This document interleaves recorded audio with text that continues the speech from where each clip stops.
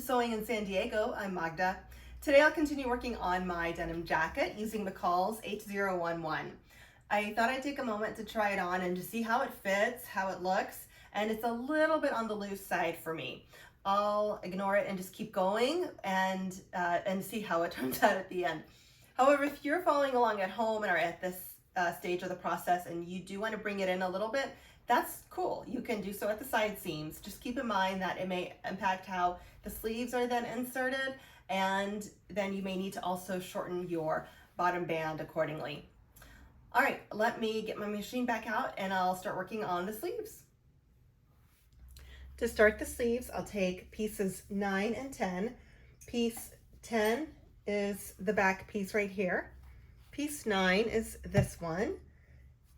And I just lined them up like this. There is a notch right here that needs to be matched up. And then there's a dot under here. But as long as the edges align right here and the bottom lines up pretty closely, this is fine. And then this little flap here will extend beyond this line.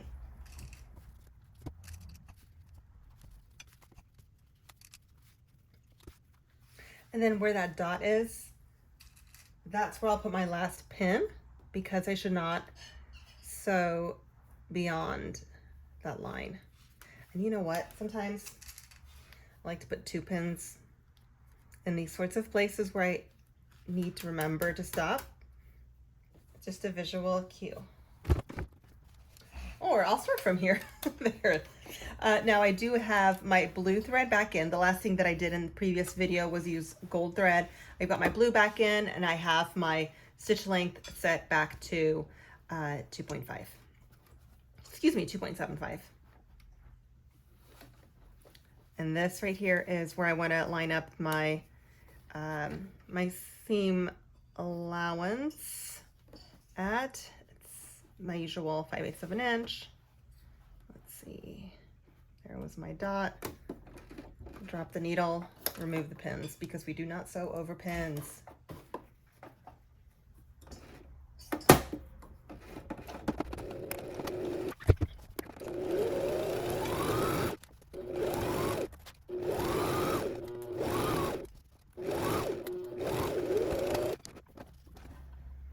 Right here, I will not be finishing this seam allowance. I'll leave it as it is for now. And I'll continue to step 32. There we go.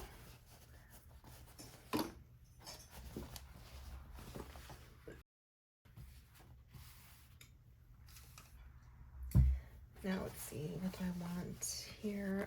Yes, okay, so I want this view now. And as a reminder, here, this is piece 9. Here's piece 10. And when I've got the wrong sides up, this right here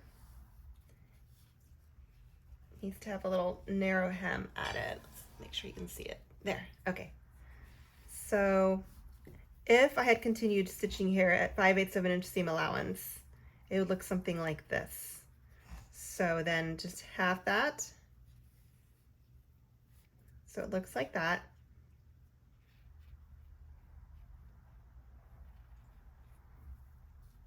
And this is kind of how the tapering happens. Kind of just an imperfect opening right here so that it continues on. I'll take this over to my ironing board and press it down before stitching right there. Here's how that looks now. And I'll just stitch it from right there all the way to the bottom.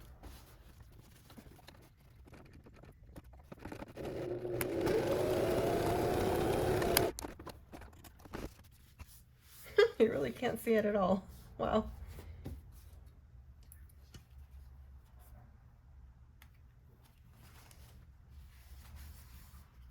There it is.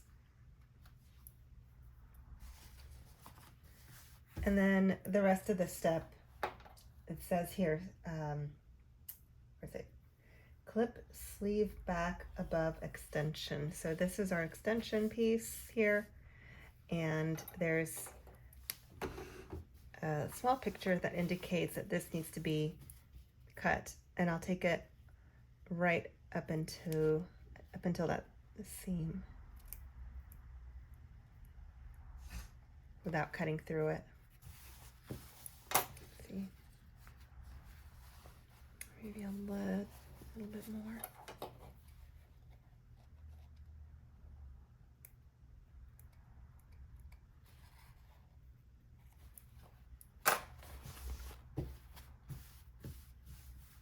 Just like that.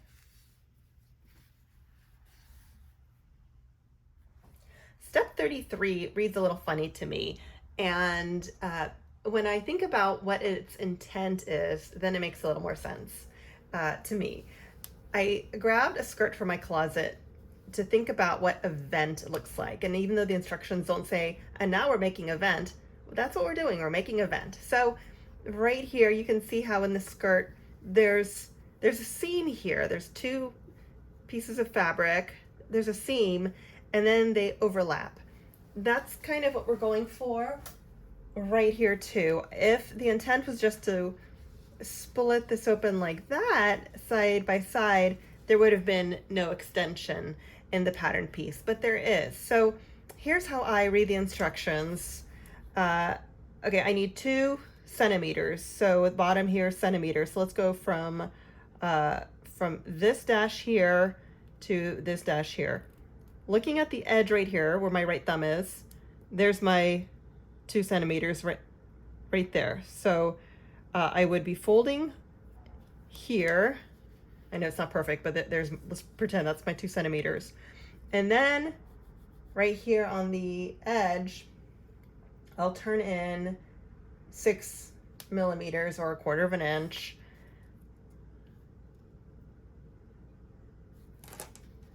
Just a little tuck.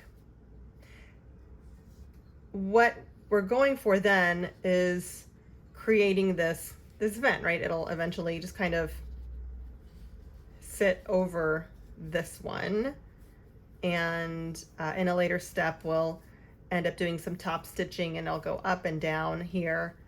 So it will fold over, and I'll start pinning now and stitching so that that's what we end up with, this. And then once we attach the cuff, it'll be open here. So here it is pinned down just 2 centimeters across. I did measure, and then I will not measure this part, just you want it tucked in a little bit.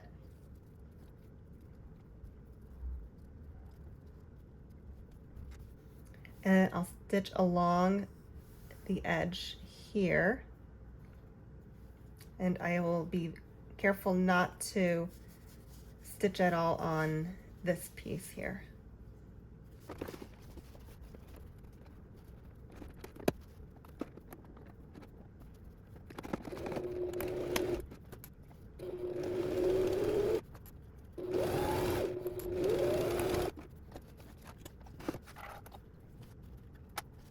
Okay, then it kind of folds over.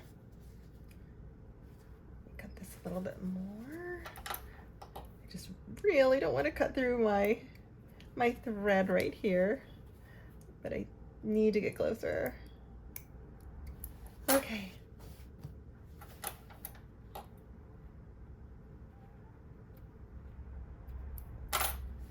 Okay, it's a little better. Cool. And then let's see what I have from the other side. Yeah, so it does sit a little bit over this part.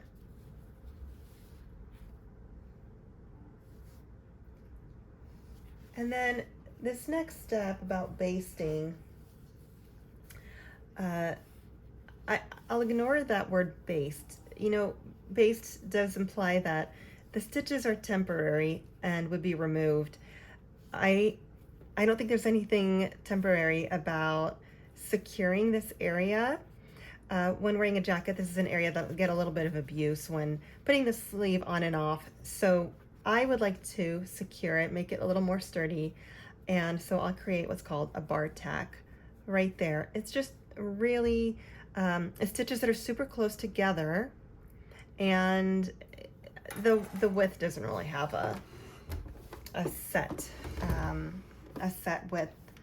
So let's see what do I want to do here. And after doing some practice stitches here with my machine, just to make sure that I have the right width and length set, I decided, you can see it here, the width I'm just leaving at, which is actually my center point for the needle being in the middle of my presser foot between 3 and 4, and then the width, excuse me, the length of the stitch I've got right around F. And I'll just stitch right across.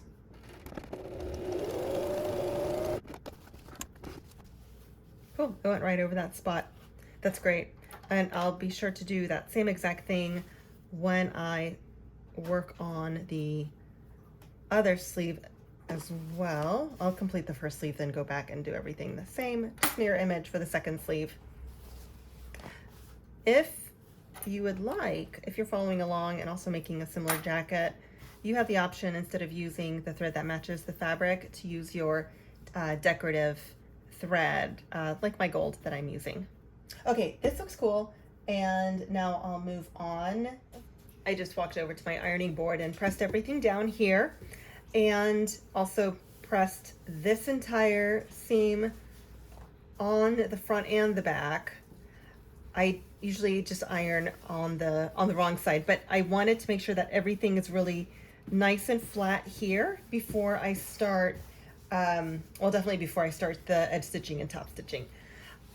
So let me finish the seam. I thought about doing my usual having a seam allowance and then doing the overlocking, but because of the edge stitching and top stitching that are right around the corner, you know, I don't want it to feel like I'm driving on uneven pavement. You know what that's like, right? It's kind of bumpy. So I want to give myself a larger, so let's see, wider flat surface area for that edge stitching and top stitching. So I'm not going to trim this down at all. I'll leave it as it is, and I'll just do an overlocking. Maybe I'll use a wider stitch length than usual. So I'll adjust my machine now to that overlocking stitch. Again, it's stitch 29 on this Brother ST 531 HD, and I'll adjust the width. Oh, let's go crazy. I'll set it all the way to 7. I might have enough thread on the bobbin to make this happen all the way down, and if not, I'll restock. Oh, one more dial. There, now I'm ready.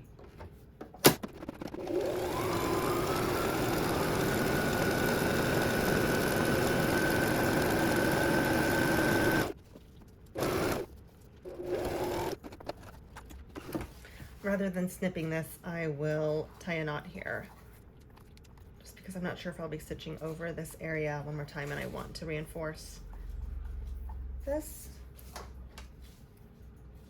Okay. This all slip.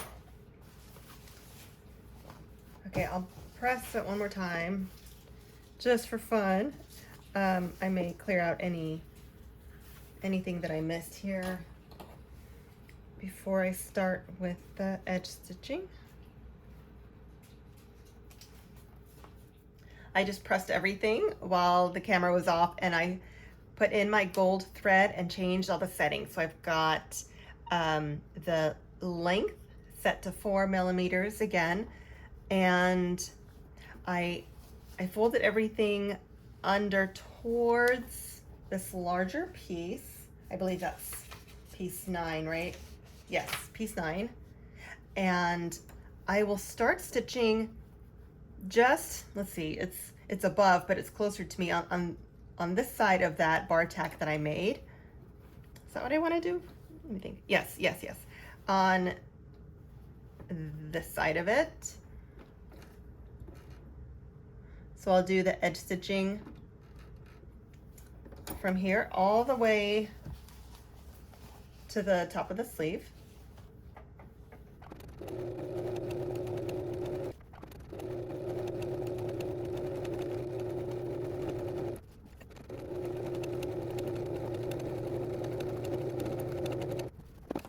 there's that first line. And then I'll make a second one just parallel to it. And the instructions say to pivot in this area. Let's see.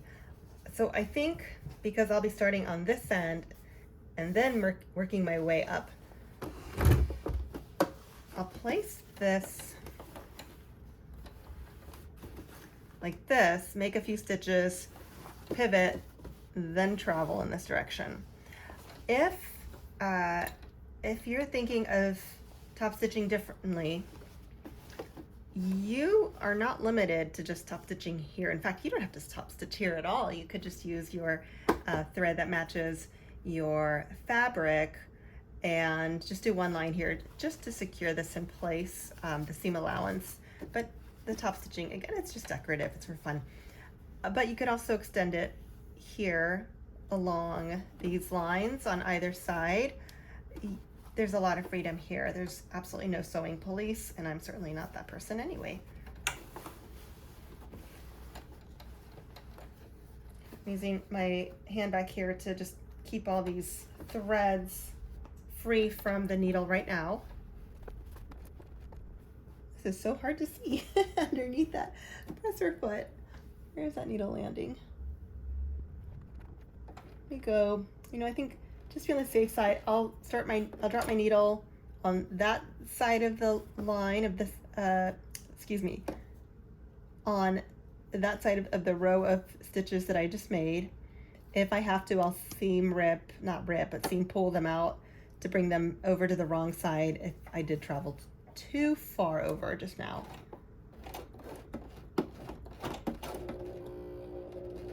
There, and I think that's enough. I'll go ahead and do that pivot now.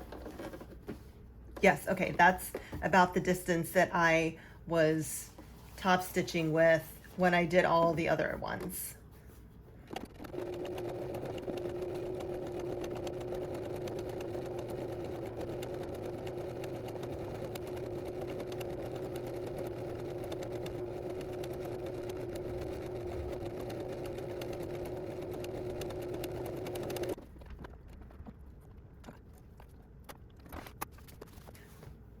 There we go. I'll tie off these threads in the back before continuing on. After I finished stitching these two lines, I got my fray check out and just applied a little bit right to this area here, again, just for additional reinforcement. And then I let it rest overnight. I then swapped out my thread on the machine. I've got my blue back in, and I left the stitch length at 4. Now the next step here is to add, well, according to the instructions, add 2 rows of stitches here to do that E-stitching so that we can gather the thread here at the top so that the sleeve can then be added to the rest of the garment. So I think I'll just do 1 row just because my fabric is so thick, and I was thinking about when I was making the pockets using the same technique, and that worked just fine. So I'll try it with just 1 row, and then if I need to just do a second one, I'll add that in. So again, this will start here at this dot of the sleeve cap and continue to this one, and I'm going to do this within the seam allowance, and no double backing allowed.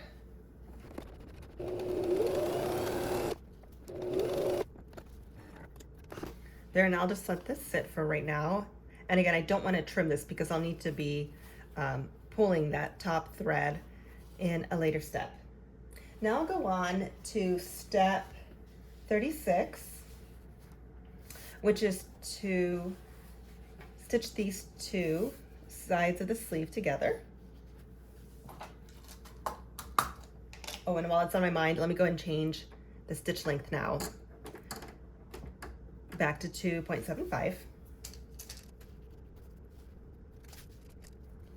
And yes, there are notches right here, but they're close enough, and I'll just line up the top. I'll focus on that being the priority when lining things up. Everything seems to be flat here. And then I noticed that this part of the sleeve is a little bit longer than the rest of it. That's fine. I'll just end up trimming it when it's time to attach the cuff. If necessary, I might just leave it as is and keep pinning.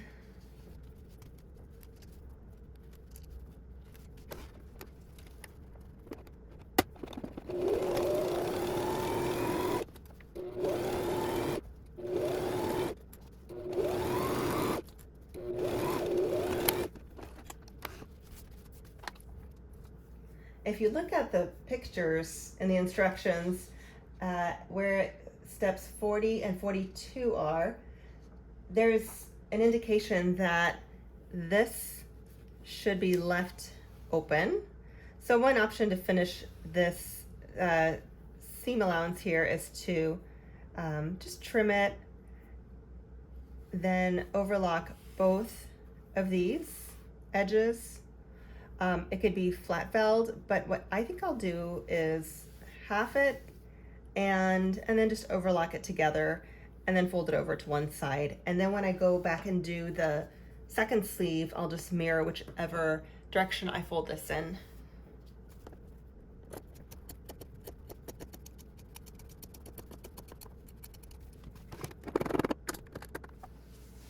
So I'll use my overlocking stitch here.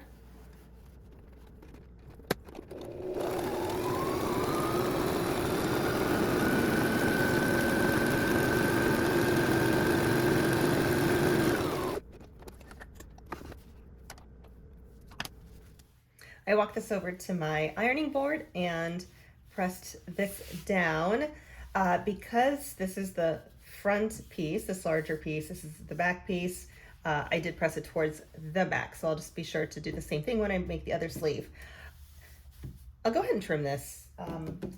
It should be even before I continue on to the next step to work on the cuffs.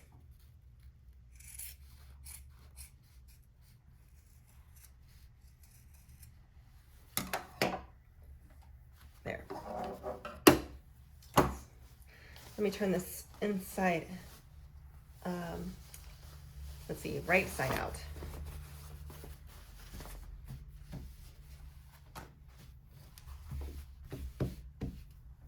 While I was over at my ironing board, I also took one of the cuff pieces and just pressed this bottom part up. If you're not sure which one's which, the other cuff piece will not line up right here. So we're looking for the cuff that lines up there with a little bit of overhang here. And then I can pin this down like this. You know what I'll do? Let me crease it so I have this opening here that's meant open.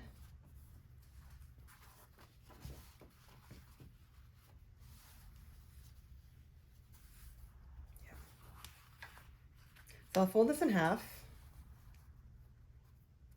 I just want to get the center point on this. And really, this is what I want lining up.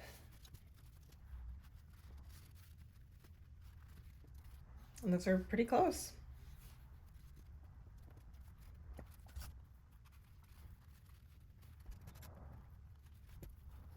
I'll go ahead and put a pin over the seam allowance. That way it'll be nice and flat when I'm stitching over this area.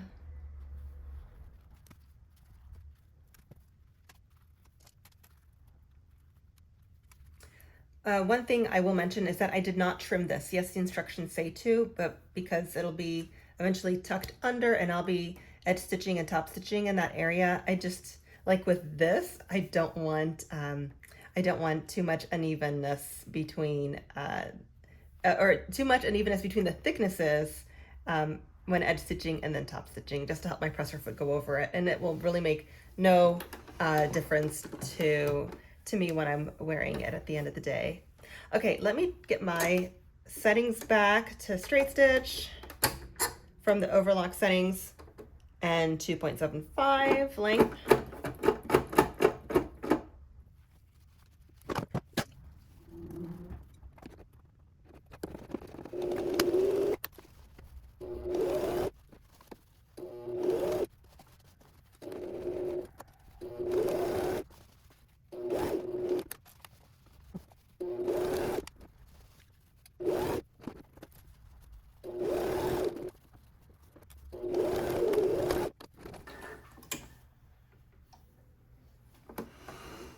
After finishing stitching this, I walked my sleeve over to my ironing board and I lowered this and pressed this seam up towards the cuff like the instructions indicated, but I did not trim that like I stated earlier. And then I folded, there's a fold line, but really as long as this cuff is folded up to meet this seam here, it's fine. Edges would be lined up here. And then I just press that all the way around. Now I'll pin it to keep things in place.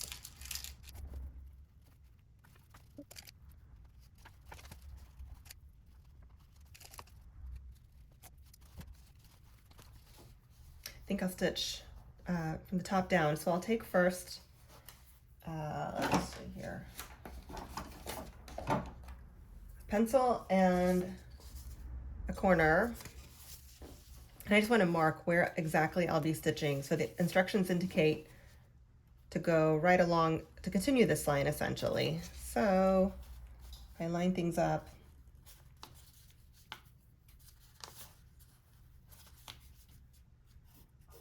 Got right there.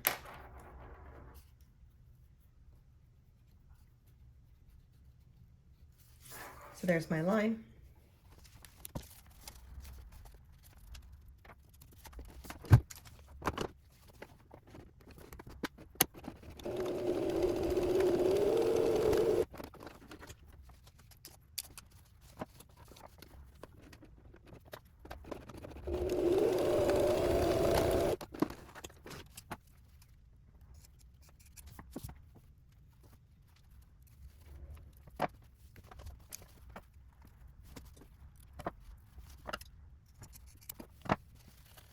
And I won't be trimming this or this.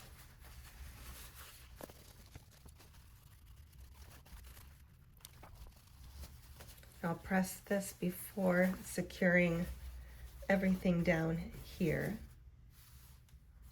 And we're back to slip stitching again. After pressing this, I'll use my needle and thread to slip stitch this cuff in place right there along this seam here.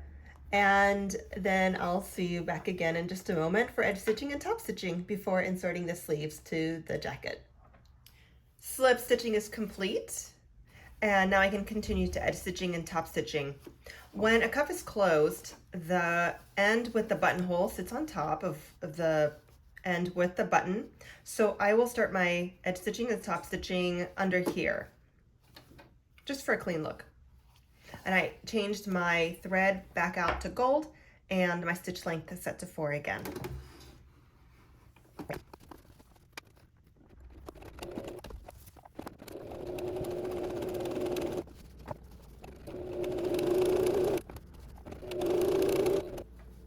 This is really thick in this area, so I'll go slowly.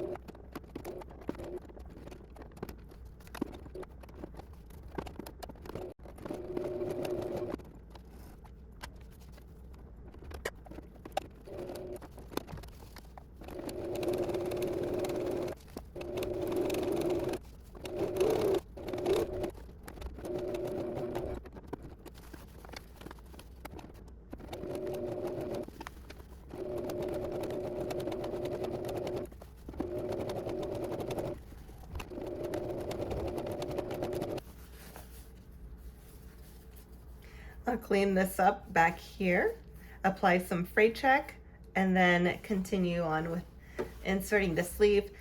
So let's get to it. Here's the jacket. Here's the sleeve I just completed. So it's the right sleeve. And to double check that it is indeed the right sleeve, I see that I have one notch here, which will correspond here with this one notch. The back here has 2 notches and 2 notches. So to attach the sleeve to the jacket. I'll turn the jacket inside out. And I'll sneak the sleeve in it.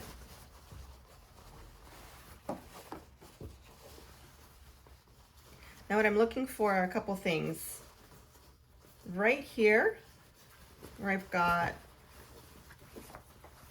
let's see, this will be, picture like the armpit area down here. And here's the top of the shoulder, right? You've got your sleeve cap.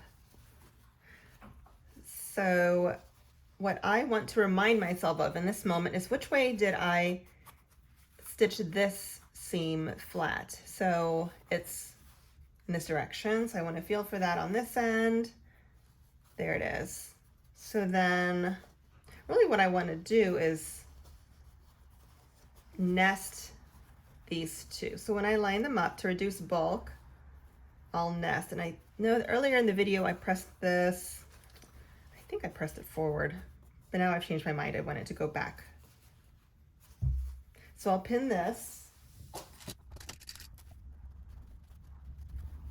And this should be nice and flat. I don't want both of these seam allowances going in the same direction or it'll be really thick in that area. And this also makes it easier to stitch over once I'm at my machine. Okay, so this point is secure. And then the second point is, see how there are 3 white dots here? That center one should line up with this seam right here. And then we get to these dots and this thread. So ultimately we want these 2 white dots to line up, same thing on this side. And to do that, we'll just pull one of the threads. You can have 2, I just chose 1 because I know it's okay with this thicker fabric. And even with one row here, there's a little resistance. This can also be done without the thread at all, and you can finesse it to fit here. So let's see, I think I'll start just by pinning this. So right now the dots are aligned. So this is the area that I want to fit. Okay, that's pretty even here. So I'll begin to add a few more pins.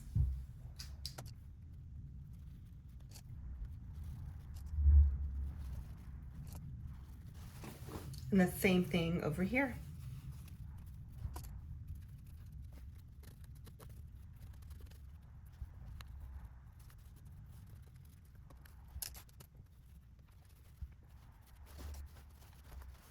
And then I'll complete by pinning all the way around here. Here's that single notch.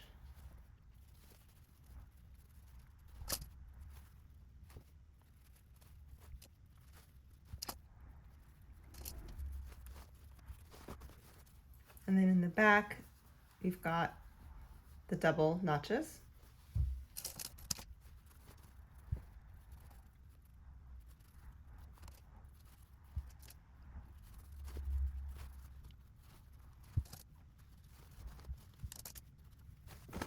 I have my blue thread back in, stitch length was set to 2.75 and I'm ready to go. And I'll start stitching in the back of the jacket, closer to the bottom here.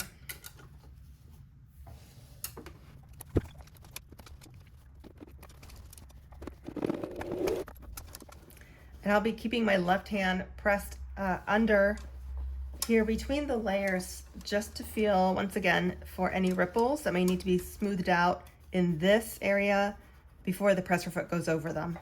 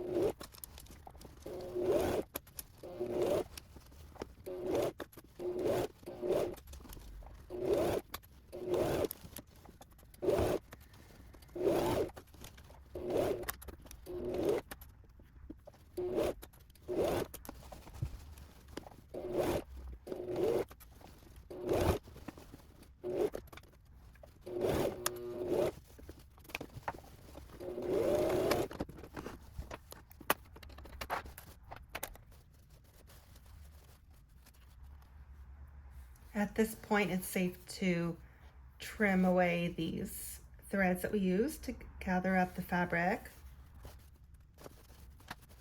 Let's see how it looks on the outside. It's a lot of pins. Let me clear them here from my workspace. Okay, here's a thread. Let me find where that came from. I'm not seeing it on this side, so I'll just give it a good tug and trim.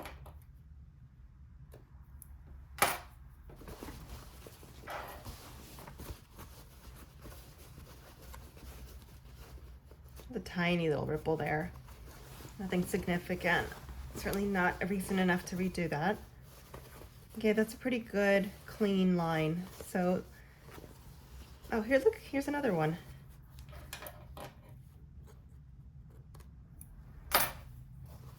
It's gone. Now to finish this, I'll trim it and then overlock it. And of course, press it.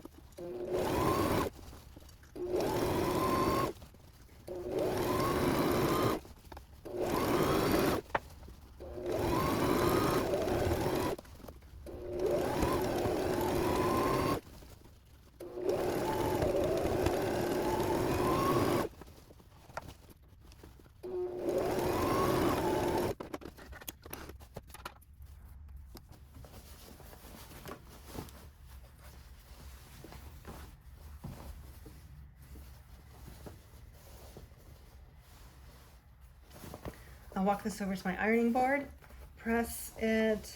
Let's see. I've done it both ways. I don't know, I'll pick one when I'm there. Then I'll finish off the other sleeve, attach it, and then do the lower band. I chose to follow the instructions and I just pressed these seams towards the sleeves for both of them. Okay, and now moving on to step 43, the lower band. Let me just read what it says. Turn in seam allowance on unnotched edge of interface lower band piece 12. Then right next to it is a picture where the notched edge is turned under. So we'll throw the directions away for now and think this through. The lower band acts very much like the collar did. The interfaced piece will be on the inside of the jacket down here, much like the interfaced collar piece was on the inside of the jacket. And this folded under part is what will then hide the seams on the inside. So here are my two lower band pieces, outside, inside. So it's this one that will be tucked under like this. And I'll press it down now at my ironing board and then come back to stitch these two pieces together. With this edge pressed down now, I have both of the lower band pieces lined up, right sides together, and I'll pin them. I really won't be looking for notches at this point. It's pretty obvious that there's a rounded end and one that is straight on the other side. So I'll start by pinning those, and then I'll gently pull, make sure that there's even tension. Pin the middle.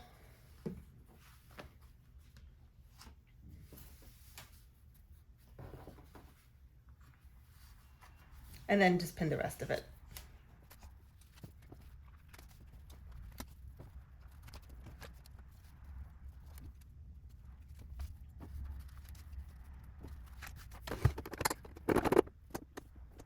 Now when I stitch around, I will use, let's see, 5/8 of an inch seam allowance, and let's see, I think I want to round this a little bit, and I'll do that. I don't want straight edges. I think curved would be nicer. So let me think through this. Let me grab a pencil, kind of eyeballing.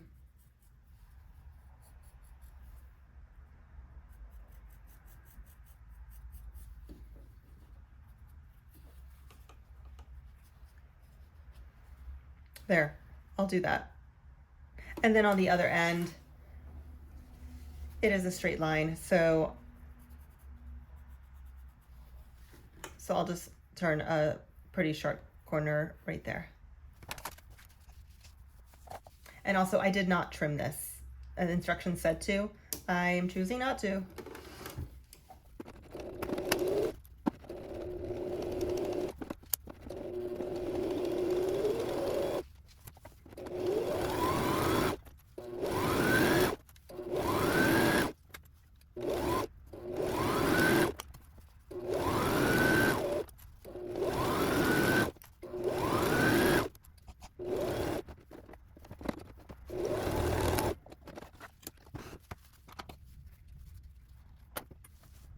The only part that I'll trim here is just around this edge here.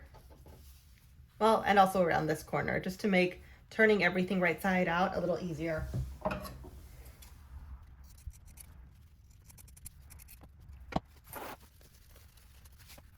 So I'll continue turning this right side out, and then I'll press this at my ironing board. Here it is, all pressed nice and neat. And I got my crayon back out and made sure that these markings were all very visible because I will need them in the next step or two. Okay, so here's the jacket, the back of the jacket, and I'll now be pinning that lower band to the bottom of the jacket. One thing I wanted to find here though on the back is just the center. So I'm lining up my my side seams, pinching, pulling a little bit here, just to find that center line, and there it is. See, let me do it this way. And I'll take, here's the band.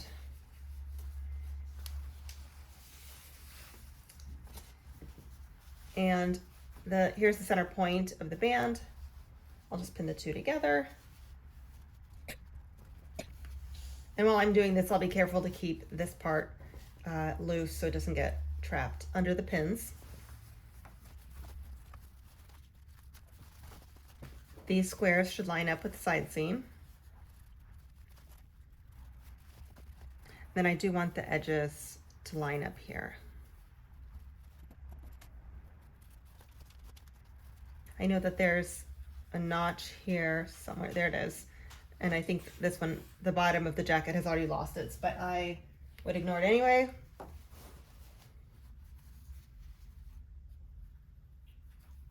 I'm just watching for even tension.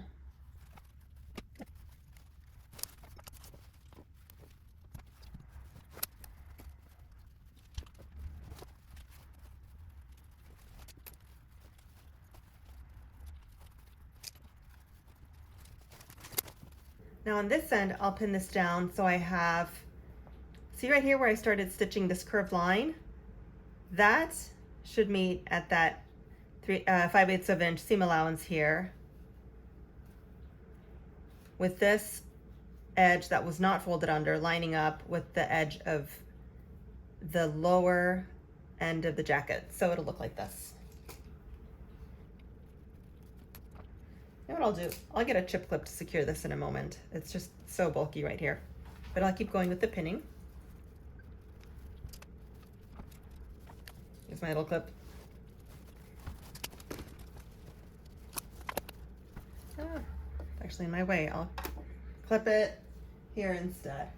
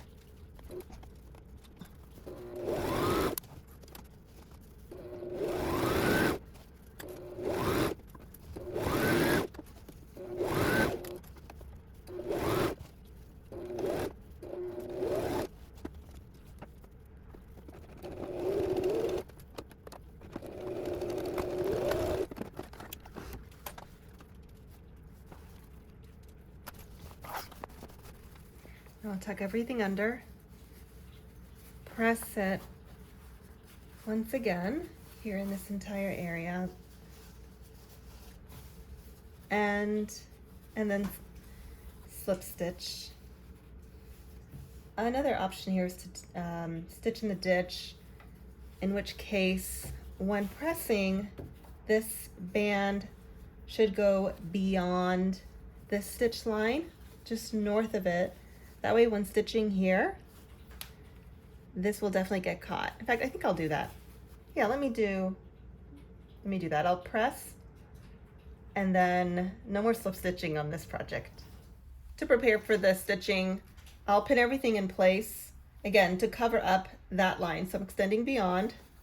And in the event that when I'm stitching, I go off the rails a little bit and miss, go north of this line, that's fine. There'll be top stitching and, edge stitching, then top stitching happening as well along this band.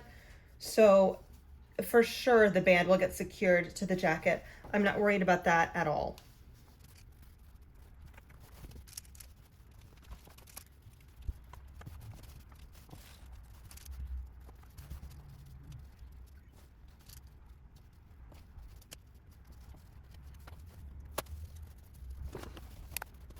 So I will just stitch right inside that groove. And again, this will catch the back here of the band.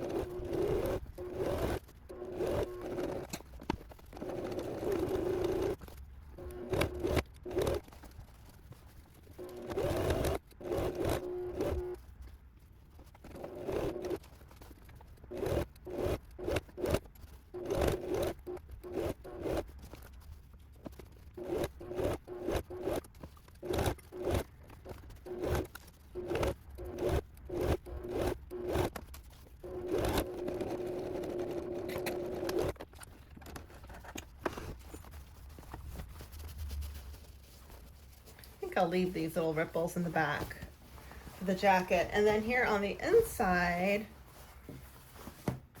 let's see how it looks. Yep, it's secured it. Here, because I'll be edge stitching and top stitching, this will get locked into place. I may slip stitch just a couple of stitches here before starting that. Everything else was accounted for. That's terrific. And then these ripples occurred because I had the feed dogs, on the bottom of the fabric, pulling it and therefore accelerating the rate at which the fabric travels on the bottom. And there's nothing on top of it to counter that, except me kind of trying to keep it steady as well. So that's how these bunched up, but I don't think these are going to bother me at all. They look pretty even around, spaced out. So that's not a problem for me. I'll press the lower band down now, and then, get rid of these threads, and then put the gold thread into my machine, change the stitch length back to 4, and edge stitch and top stitch. And you've seen me do this a million times, so I'll just do a super fast forward on that.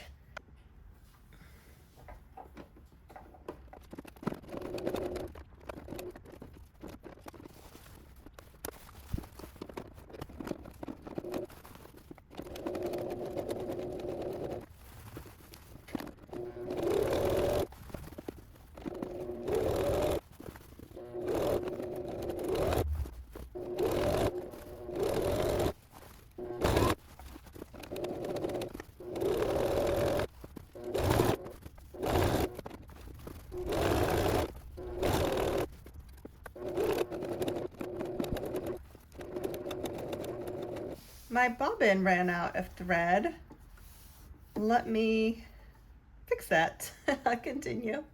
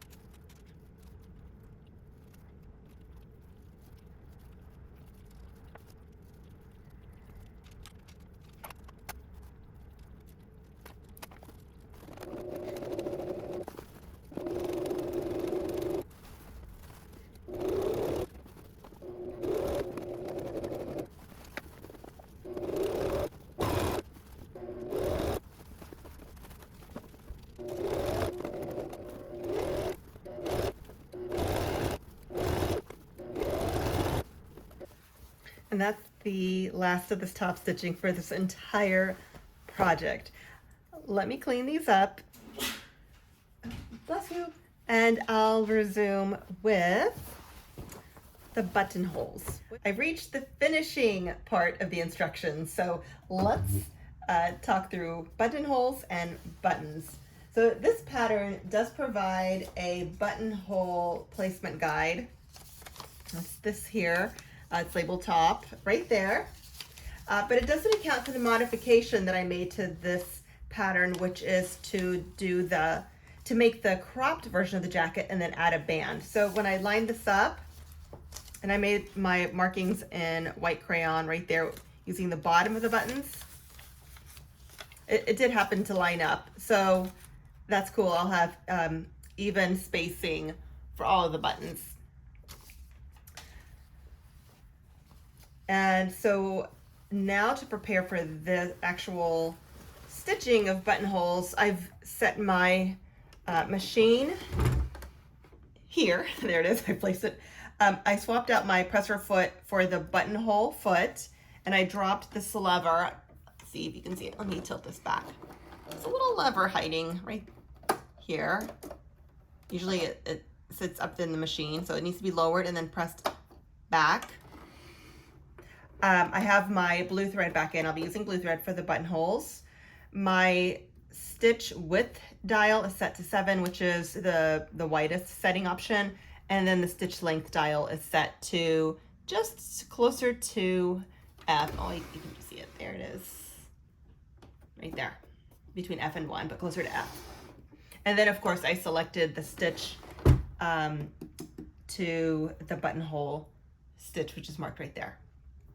So with all of that done, I also have to make a comment about the actual buttons that I chose. So they look like this, and I have one resting in the back of this buttonhole foot.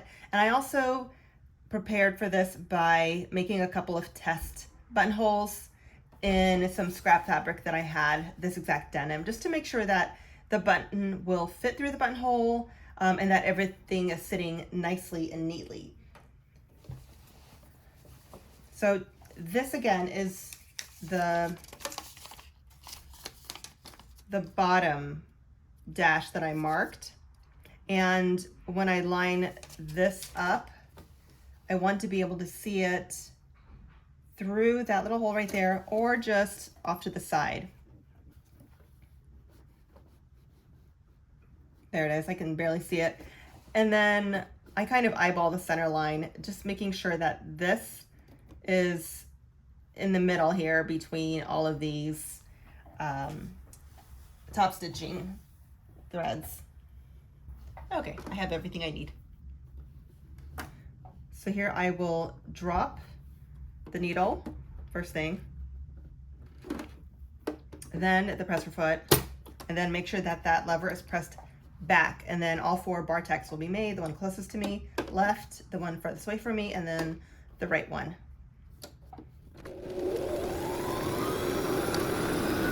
My machine doesn't love the thicker fabric. Officially, this machine is good for up to 5 layers of denim, but Oh, and then now between buttonholes, I always have to press that lever back. And I don't snip the thread until I'm done with all buttonholes.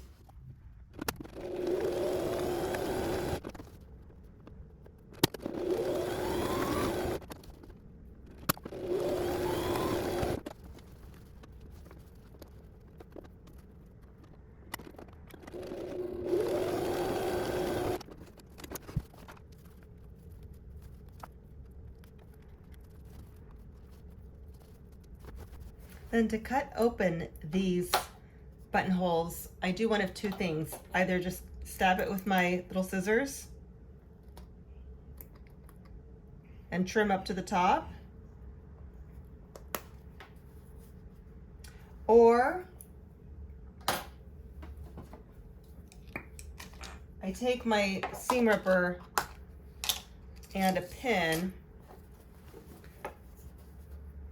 place the pin at the top here, just before that bar tack. And then carefully, especially careful with any fingers in the back here so they don't get stabbed. Just poke it through. And then apply some pressure towards the pin. Like that. That always makes me nervous. I don't like doing this, and once I botched a buttonhole using this method. Even though I had the pin in place, the seam ripper had other ideas. So I prefer this way of doing it. I feel like I have more control.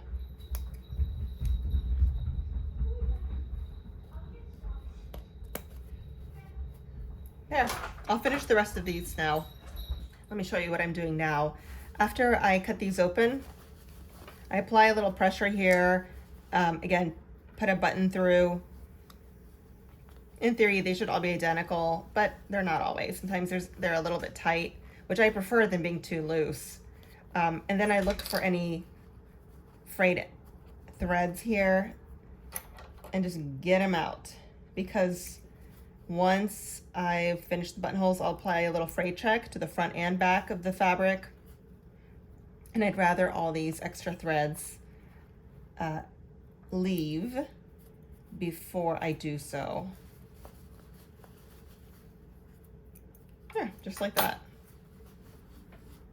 When I stitched the buttonholes on the sleeves, I did not follow the recommended markings from the original cuff pattern. You can kind of see here how it was definitely off center in the pattern, or I marked it wrong. That's also a possibility. But I noticed on both of the cuffs, I had the buttonhole start way down here, and that's just not where I wanted them. So I moved them up a little bit, and I already started cutting this one open. This one's next.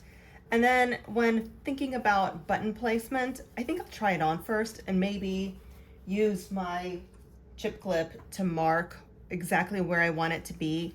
Again, this is a garment that I want to fit me. I don't want to be stuck to the pattern in the event that this is just too large of a circle. I'll tighten it and then mark where I want that buttonhole to be. I just tried on my jacket, and this is what I would like the cuff to look like. So to mark where I need to place that button, I'll just take my trusty crayon and just make a mark through the buttonhole closer to this end of it. And there it is. So that's where the center of my button will be. And I'll repeat that same process for the other sleeve and also for the button bands here. I'll just line it up and mark. And again, closer to the top of the buttonholes. Maybe a third of the way down at most. There they are.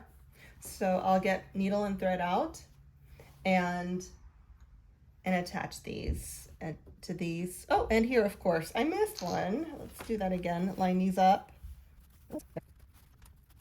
I'm not sure that's right. I'll think about this one. I'll do the other 4, 5, 6 and come back to number 7. I have my needle and thread ready. And so I have these holes, but really what I'm going for is the center. That just marked this axis, but I'll want to be right in the middle of that button placket. So there. That looks centered to me. I hope it's centered. I won't measure. I'll do one loop through the button. Head back in.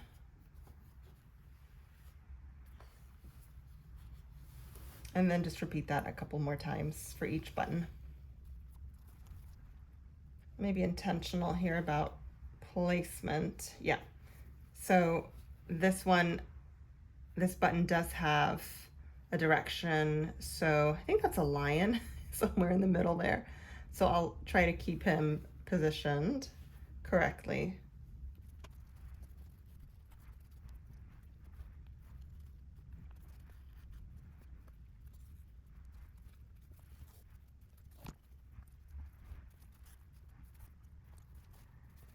that is secure enough.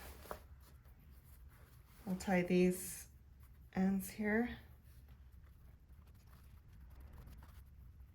And then I'll finish the rest of these buttons off camera and I'll come back to try it on, which I'm so excited about. This has been a long project. It's been a fun project. Some of it has been repetitive, a little monotonous during some of the edge stitching and top stitching and slip stitching, but it has been so cool to watch it come together, and I finally get to try it on today. All right, see you in just a moment. Ta-da! So here it is, my denim jacket made using McCalls 8011. So, like I said in the beginning of this video, I do find this to be a little bit loose. So if I were to make it again, I would taper from the bust to the waist just a little bit and shorten the sleeves, maybe. They're longer than what I'm used to, but they're not bothering me. I don't know. But I do think the size is correct for me. A note about the materials. The denim, I'm loving. This is a 7-ounce denim. And the buttons, I think, match perfectly. This is the kind of look that I wanted with the materials, as well as all the top stitching thread. So overall, I am so happy with this jacket, and I've already spent a couple hours walking around it, around the house. A note for beginners who are thinking of tackling something like this. This jacket is not very technically difficult. I think it can be done by a motivated beginner, and if you want to cut any corners, skip the top stitching, skip the edge stitching. I don't think it's necessary, and it did drive me crazy a couple of times when I felt like I needed to redo it because the lines just weren't perfectly parallel. So scrap that altogether. If I were to make it again, I would make the longer version of it. This I like. I don't have anything in my wardrobe that's cropped like this, but I think it'd be fun to make a longer version, maybe with a slightly different fabric, color, just to mix things up in my wardrobe. But again, overall, I'm really happy with this. Here, oh, I should show you the back. Here's back. It's cool, right?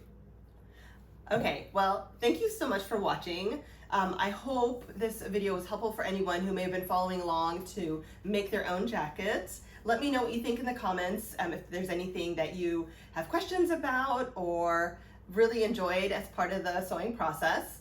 And please do subscribe to the channel, helps me a lot when you do. And I will see you in the next video really soon.